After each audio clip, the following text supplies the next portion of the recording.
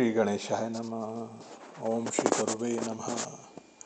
आज की चर्चा स्वामी श्री राम सुखदास जी के लेख प्रवचन एक निश्चय पर आधारित। स्वामी जी कहते हैं, निश्चय वाली बुद्धि एक होती है और अव्यवसायी मनुष्यों की बुद्धियां बहु शाखाओं वाली तथा अनंत होती है। श्रीमद् भगवद गीता अध्याय 2 41वें श्लोक में से।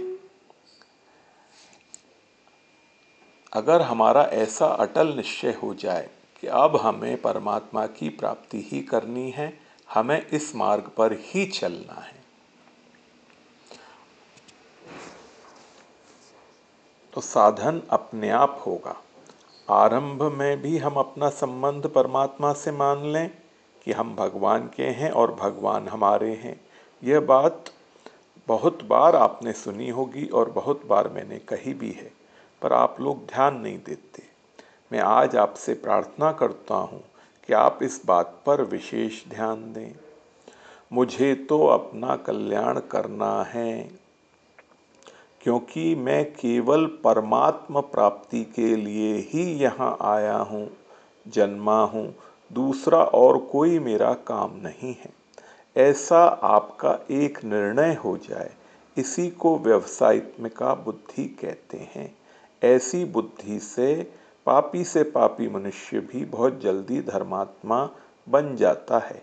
क्षिप्रम भवति धर्मात्मा।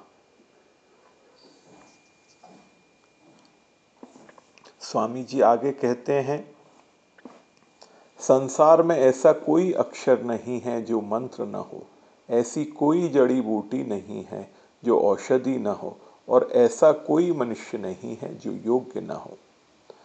परंतु इस अक्षर का ऐसा उच्चारण किया जाए तो ये काम करेगा, इस जड़ी बूटी को इस प्रकार से दिया जाएगा तो अमुक रोग दूर हो जाएगा।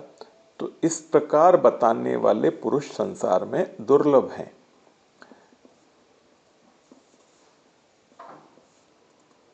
तो अपना खुद का विचार निश्चय एक हो जाए, हमें तो परमात्मा की प्राप्ति ही करनी है।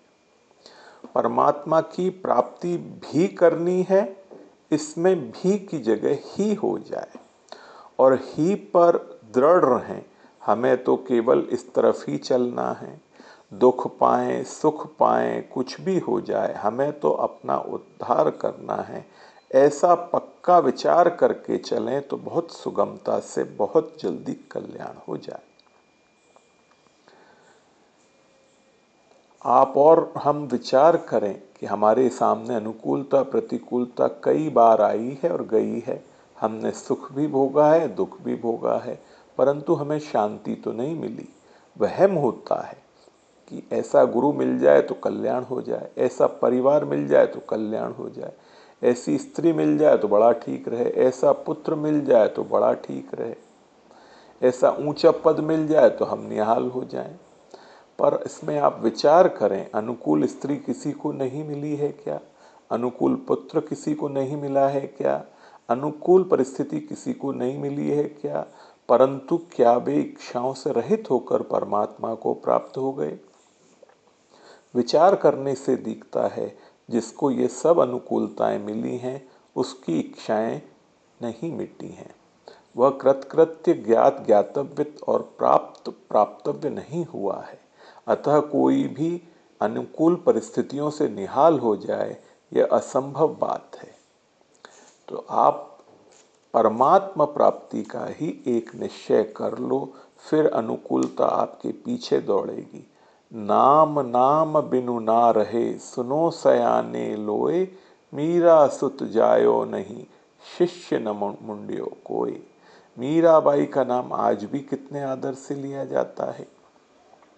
उनका नाम लेने से, उनके पद गाने से लोग अपने में पवित्रता का अनुभव करते हैं। उनमें क्या बात थी? मेरे तो गिरधर गोपाल, दूसरो न कोई, जाके सिर मोर मुकुट, मेरो पति सोई। एक ही निश्चय था मीराबाई का कि मेरा पति वही है। क्या होगा क्या नहीं होगा, इस बात की कोई परवाह नहीं। स्वामी जी अंत में कहते हैं, अहंता बदलने पर, एक दृढ़ निश्चय होने पर राग द्वेष कुछ नहीं कर सकते। इनमें ताकत नहीं है अटकाने की।